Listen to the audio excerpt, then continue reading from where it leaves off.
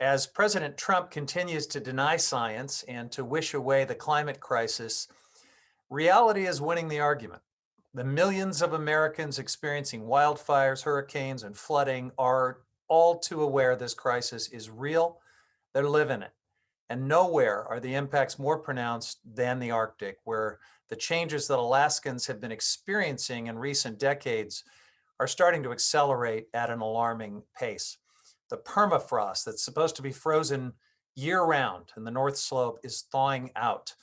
A 2017 study in the scientific journal Nature talks about how climate change is impacting that area and suggests that for every 1.8 degree Fahrenheit of warming, we'll see an additional 1.5 million square miles of permafrost lost. Now, that is a big deal, not just because thawing permafrost destabilizes infrastructure in Alaska, changes the landscape for wildlife, but it's also a big deal for the planet because it releases a lot of greenhouse gas as ancient organic material that's been trapped for thousands of years in the permafrost thaws out and decays.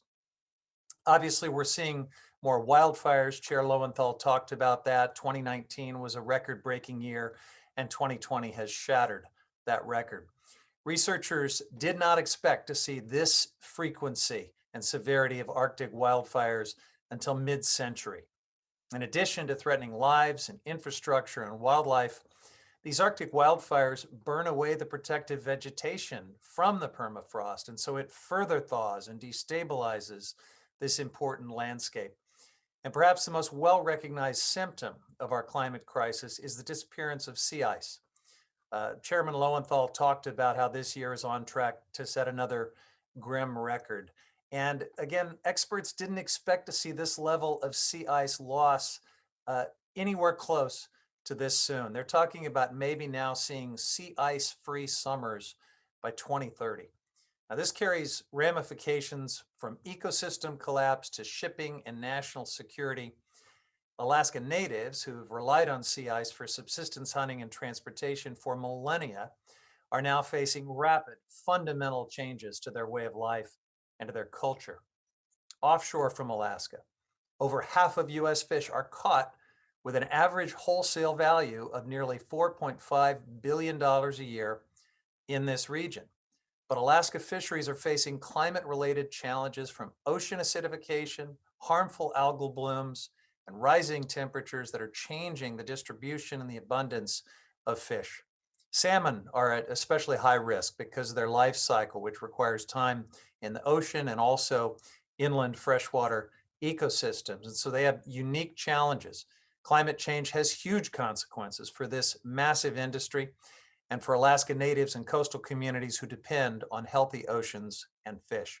Now, you'd think with all of these very real climate impacts happening in the Arctic that the United States would be at least trying to address the crisis rather than making it worse. But you'd be wrong.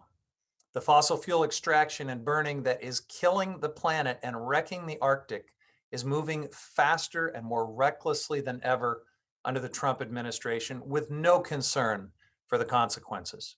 Now, back in 2016, President Obama issued an executive order establishing the Northern Bering Sea Climate Resilience Area, which was supported by over 70 federally recognized tribes.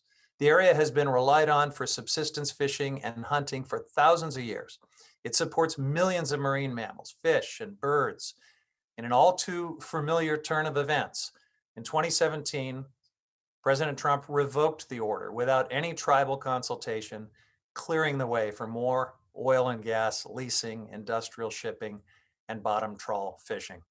As Chair Lowenthal explained very well, the Trump administration is also going after the Arctic National Wildlife Refuge. Now, oil and gas development in the Arctic is a one-two punch. Burning fossil fuels obviously makes climate change worse, especially in the Arctic, and the basic infrastructure and the process of development weakens the Arctic landscape. It makes it more susceptible to the impacts of climate change. So these are complex issues. There are some places that we know are simply too wild to drill, and that is why that I'm so proud to have carried HR 1146, so proud that my colleagues here have joined me in that effort. This is the Arctic Cultural and Coastal Plain Protection Act, which would repeal the Republican oil and gas drilling mandate from their tax bill on the coastal plain of the Arctic refuge.